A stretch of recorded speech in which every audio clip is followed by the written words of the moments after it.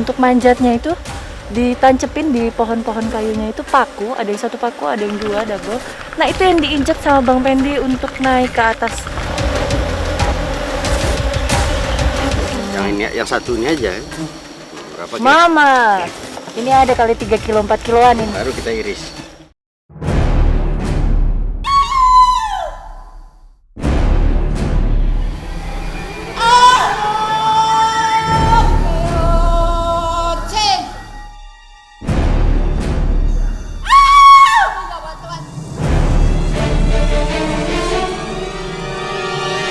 Lepas mulai sudah dia serang.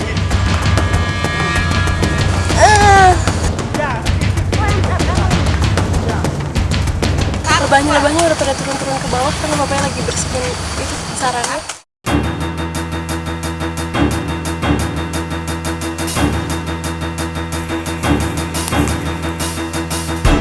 Kisah ketangguhan pemanen madu di Nusantara selalu jadi cerita yang menarik.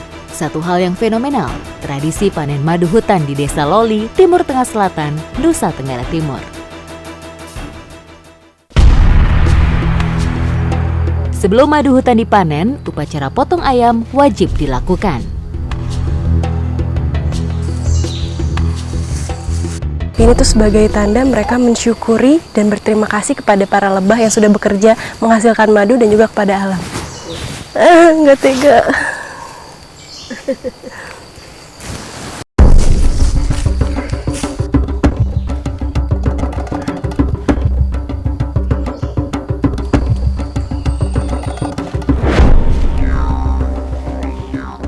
Buat ngusir lebahnya.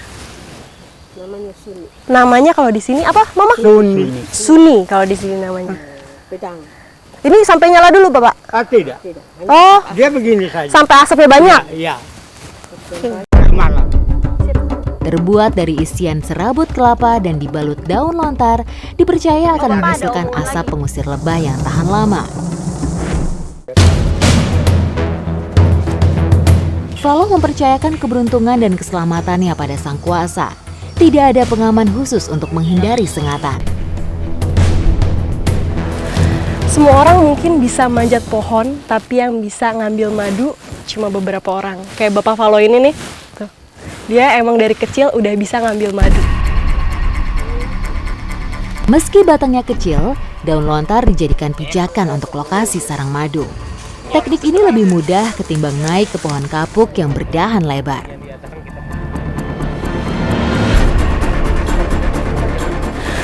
Konon katanya ada warga dari luar yang mencoba ngambil madunya, tapi nggak minta izin sama yang punya. Terus tiba-tiba jatuh, terus udah selesai dari situ orangnya. Makanya harus hati-hati banget kalau mau ngambil madu ini.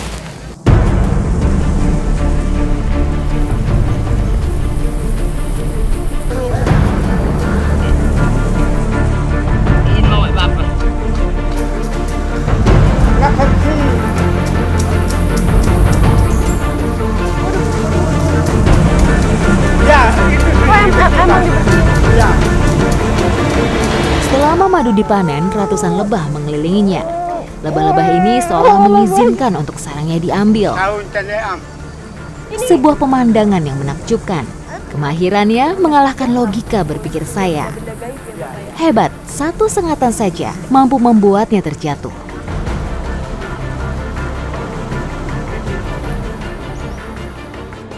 Ala pisan sing kinawala saw.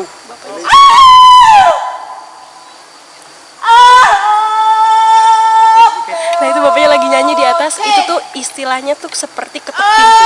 Jadi sebelum bapaknya ngambil madu, dia minta izin dulu sama lebah-lebahnya, biar nggak nyerang ya Bapak ya? Iya. Biar lebah-lebahnya nggak nyerang. Dan berterima kasih karena mereka bekerja siang malam dan kita ambil hasilnya. Tanda terima kasih juga Iya. sama lebah. Nah, bisa Tuhan itu berarti lebah ini ada di tanah yang namanya tanah adat yang namanya bijoba. Bijoba. Itu yang kita pun nama LSM itu bijoba.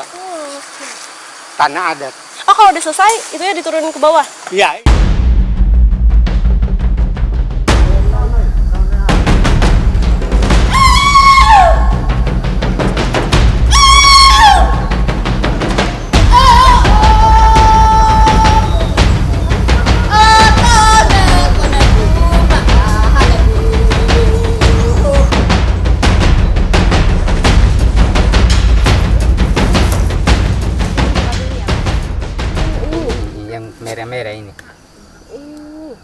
jaringnya. Ini juga tadi ada di sini ya? Cuma ini aja. Mungkin Bapaknya udah kesengat tapi baik-baik aja, masih bisa ketawa-ketawa. Nggak sakit emang, Pak? Tidak. Nggak sakit.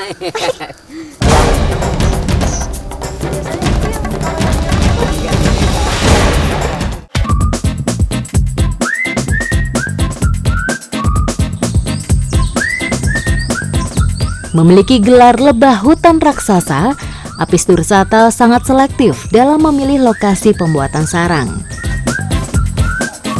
Petualangan saya kali ini ditemani dengan Bapak Ali dan juga Bapak Darwin mau mencari madu, tapi berbeda dengan biasanya. Madu yang kita cari ini adalah madu bakau. Jadi nggak heran kalau saya sekarang sudah mandi lumpur dan nanti akan mandi asap juga. Ikuti jejak saya, jejak petualang.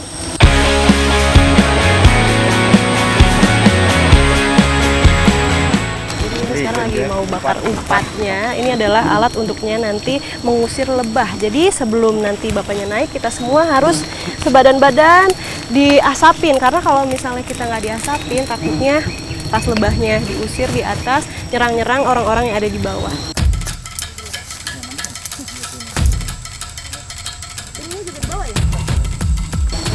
Setelah yang di bawah sudah mandi asap, ini langsung upatnya langsung dibawa ke atas karena nantinya untuk mengusir lebah-lebahnya yang ada di sarangnya.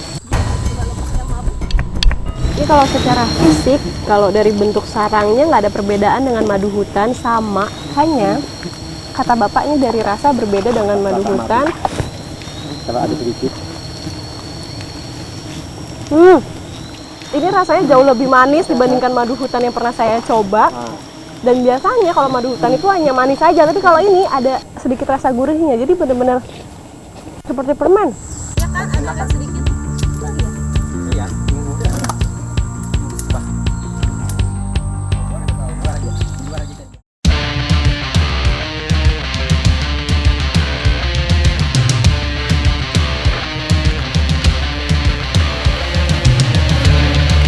Kawasan subtropis dan tropis Asia menjadi habitat persebaran serangga bersayap ini.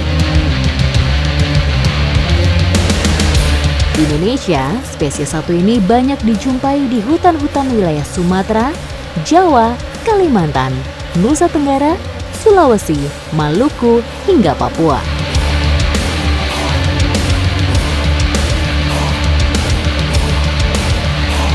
Lokasi-lokasi seperti hutan bakau, pohon-pohon tinggi, serta tebing-tebing merupakan habitat utama lebah madu raksasa untuk membuat sarang.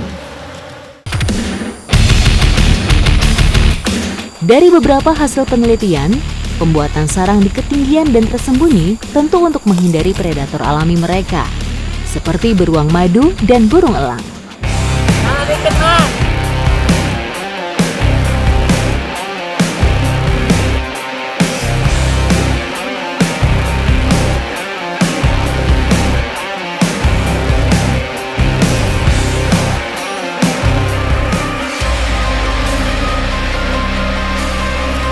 Apis dorsata merupakan jenis lebah migran yang kadang berpindah lokasi. Ketersediaan pakan alami seperti sari dan nektar bungalah yang akan memancing kedatangan mereka. Sebagai lebah migran, koloni Apis dorsata akan menempati sarangnya dalam rentang waktu 3 hingga 4 bulan. Selanjutnya akan berpindah guna membuat sarang baru. Koloni besar Apis dorsata merupakan lebah penghasil madu alam terbaik. Peralihan dari musim penghujan ke musim kemarau merupakan puncak dari melimpahnya hasil madu yang dihasilkan lebah madu raksasa ini. Melimpahnya madu yang mereka hasilkan tak lepas dari besarnya jumlah koloni yang mereka miliki. Bayangkan saja, dalam satu koloni memiliki tak kurang dari 100.000 lebah pekerja untuk menghasilkan madu setiap harinya. Dari 8 jenis lebah penghasil madu, Apis dorsata merupakan lebah yang paling agresif. Tingginya tingkat agresivitas mereka terutama saat merasa terancam, serta untuk melindungi sarang dari serangan predator. Sebagai salah satu aset hutan non-kayu, keberadaan lebah madu raksasa memiliki ragam manfaat. Tidak hanya sebagai penghasil madu dan royal jelly saja, secara ekologi, lebah madu raksasa berperan sangat penting untuk penyerbukan bunga-bunga yang ada di hutan. Keberadaan lebah madu di satu lokasi juga menjadi indikasi bahwa area hutan tersebut masih cukup terjaga. Utamanya pohon-pohon tinggi dan besar, serta pohon bunga dan buah-buahannya.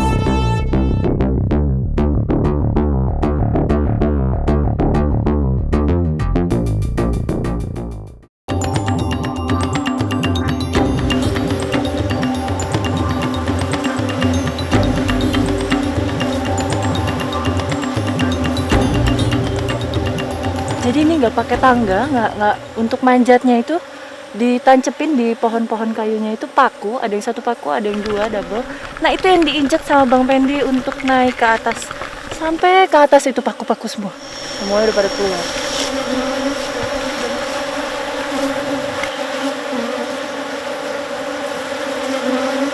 Yang ini, yang satu ini aja. Berapa kilo? Mama, ini ada kali 3 kilo 4 kiloan ini. Baru kita iris.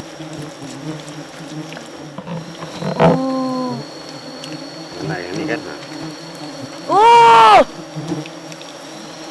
Kayak jeruk nipis.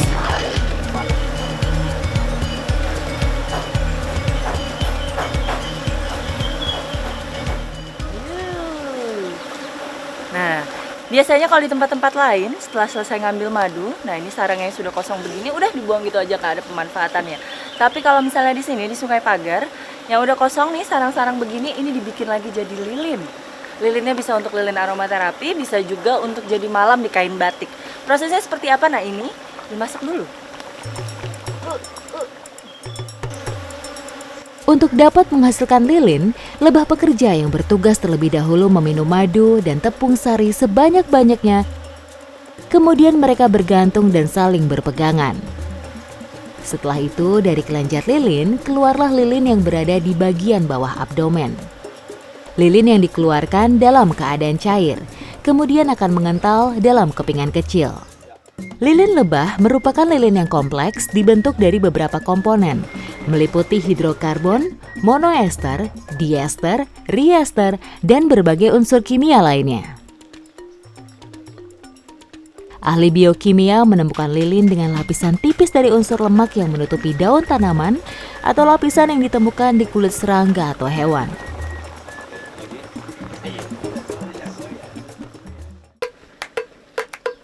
Sejak zaman kuno, di dataran tinggi Skotlandia, luka dan eksim diobati dengan bantuan salep yang terbuat dari lilin lebah yang dibuat dengan campuran bahan lainnya, yaitu minyak ikan dan getah pinus.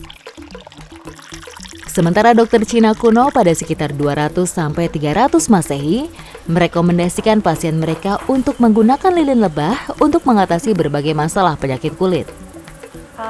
Bagian kulit yang mengalami masalah dibungkus dengan perban dan kemudian direndam dengan lilin lebah yang telah dicairkan.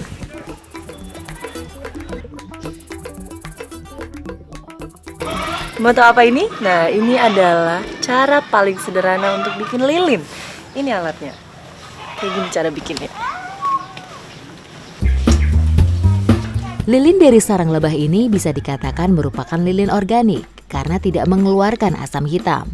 Aman bagi penderita asma, ramah lingkungan, serta lebih tahan lama jika dibakar bila dibandingkan dengan lilin berbahan sintetis.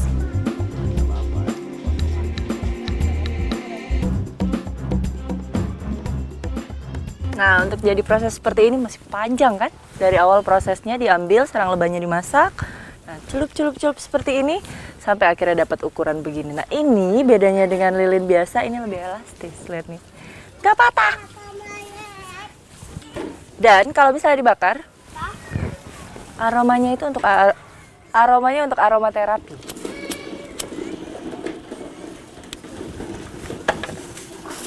Emang agak asam ya, Pak ya? Iya.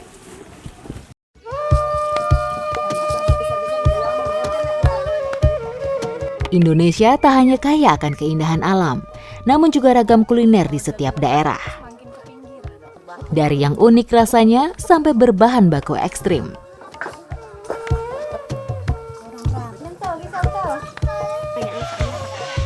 Ini sebenarnya cara masaknya bukan seperti ini, tapi saya iseng aja nih. Gak kebayang kan kalau misalnya cara masak larvanya kayak yang saya lakuin, dicabutin satu-satu, bisa-bisa masaknya minggu depan. Ini bentuknya seperti ulat sagu, tapi ini versi lebih kecil.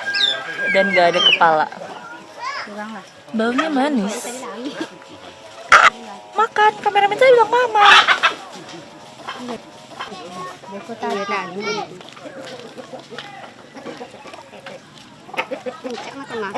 Rasa madu ada, cuman ada agak-agak asemnya sedikit. Dibilang enak, kayaknya lebih enak di rendang. Sabar, ini mau dibikin prosesnya. Mungkin dari sebagian orang, larva lebah atau anak lebah nampak menjijikkan. Namun bagi warga Sungai Pagar Riau, larva lebah adalah bahan baku pengganti daging dalam masakan rendang. Bagi mereka, di samping enak, ternyata rendang anak lebah juga memiliki khasiat bagi kesehatan. Di antaranya mengatasi alergi terhadap antibiotik, mengatasi demam, diare pada anak, serta meningkatkan stamina. Beneran loh, ini direbus begini aja nih. Jadi setelah atasnya dikasih bawang, cabe, bumbu-bumbunya cuma itu aja ya Bu ya, bawang merah, cabe, serai, itu aja terus langsung direbus. Oh, jahe terus langsung direbus. Dan itu larvanya udah keluar ya? Iya. Tahu ya?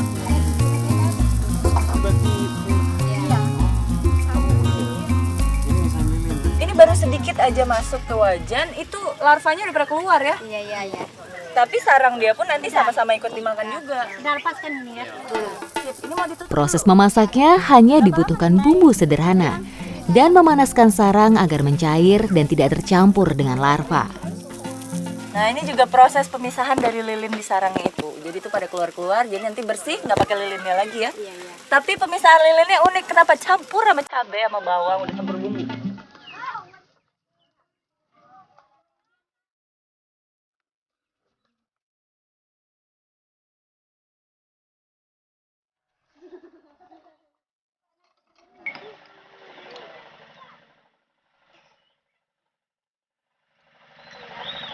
Teksturnya lembek.